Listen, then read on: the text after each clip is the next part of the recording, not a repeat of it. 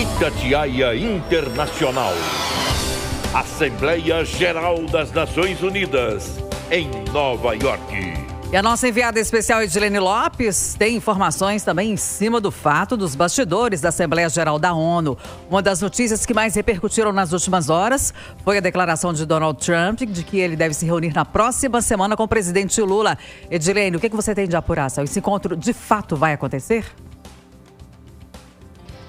Uma vez, bom dia, Kátia, eu estou aqui aos nossos ouvintes. Sim, esse encontro vai acontecer, mas não será um encontro presencial. Ontem, o ministro das Relações Exteriores disse em uma entrevista exclusiva à CNN Internacional aqui em Nova York que esse encontro deve ser por telefone ou por vídeo chamada. O que o Donald Trump tentou fazer ontem com o presidente Lula? Ele tentou dar um tapa de luvas e fez um morde-a-sopra, ou seja, colocou todos os seus pontos de vista que são contrários aos do Brasil, aos do presidente Lula, que fez o discurso de abertura da Assembleia Geral da ONU, ou seja, discursou antes dele, mas no final das contas disse que eles tiveram um breve encontro, se abraçaram e que combinaram uma reunião para a semana seguinte. Isso depois de um discurso que Lula tinha feito e batido pesadíssimo nos Estados Unidos, sem citar o presidente americano e sem citar o tarifaço. Disse apenas que as ações unilaterais, se referindo às tarifas, eram muito maléficas, falou da condenação do ex-presidente Jair Bolsonaro, sem citar Eduardo Bolsonaro,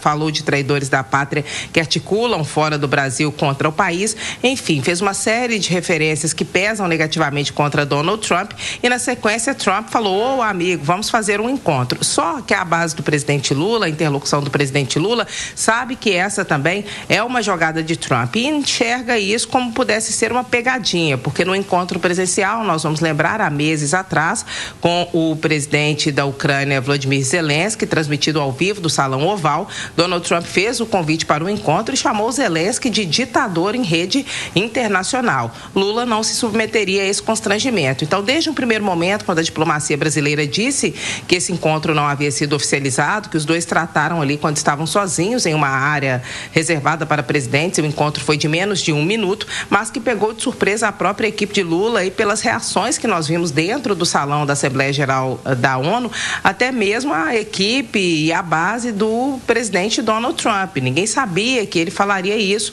Me parece que, ao fim das contas, isso foi um improviso e foi uma jogada de mestre, ou seja, vou bater, depois vou assoprar e dizer que quero um encontro. Se Lula negar esse encontro, fala que não vai comparecer, fica ruim porque todos cobram dele o diálogo. Se ele comparece presencialmente, pode haver algum constrangimento. De alguma forma, ele apertou o presidente Lula a dar uma resposta e saiu esse encontro que, no fim das contas, pode ser benéfico para o Brasil, mas um encontro à distância. Agora, pergunta: vai ter acordo ou não vai ter acordo? Pelo discurso dos dois, eles apresentaram pontos contrários em tudo, ou seja, a princípio, o Donald Trump fala que o tarifaço é para defender a soberania americana, Lula fala que o tarifaço fere a soberania, as interferências ferem a soberania brasileira. Pela conversa dos dois, não haveria nenhum ponto de acordo. Para haver, eles precisam evoluir. E Trump colocou o elemento Bolsonaro no meio da conversa. Se ele não retirar, provavelmente não vai ter conversa com o Brasil, porque o presidente Lula diz que essas são questões afeitas ao judiciário, que não pode haver interferência no judiciário, nem dele, nem do exterior. Ou seja, pela conversa não há acordo, mas a princípio há a conversa. Dois grandes negociadores ontem estiveram cara a cara um com o outro e a evolução que nós vemos nesse momento é a marcação de uma reunião. Se vai ou não funcionar, Kátia, temos que esperar cenas dos próximos capítulos. E vale lembrar que essa passagem de Lula por aqui está sendo bem mais breve, bem mais intensa do que a do ano passado, por exemplo. O número de dias é menor, o número de reuniões bilaterais do Brasil é menor. Isso porque, conforme nós também já havíamos adiantado, havia alguma expectativa de que houvesse algum constrangimento, ou membros da equipe brasileira que pudessem não vir. O que aconteceu, na verdade, foi que o visto, por exemplo, para o ministro da Saúde, Alexandre Padilha, é restritivo. Ele havia tido o visto dele suspenso por causa do Mais Médicos, que beneficia Cuba, e Cuba é inimiga dos Estados Unidos, e aí ele pediu um visto específico para vir à ONU, que é obrigatoriedade aqui nos Estados Unidos, já que a ONU é um território neutro. Esse visto foi concedido, mas ele não podia circular aqui no país nem para ir em uma outra reunião oficial fora do prédio. Então acabou não vindo, teve um impacto. Havia uma previsão que nós também adiantamos de que Trump aplicasse alguma punição ao Brasil por causa do julgamento de Bolsonaro com Lula e a comitiva em território americano, e isso aconteceu. A expansão da Lei Magnitsky foi feita feita para a esposa de Alexandre de Moraes. Ou seja, qual foi a avaliação prévia da equipe de Lula? Quanto menos tempo a gente ficar, menor, porque a gente não dá corda para sofrer constrangimento.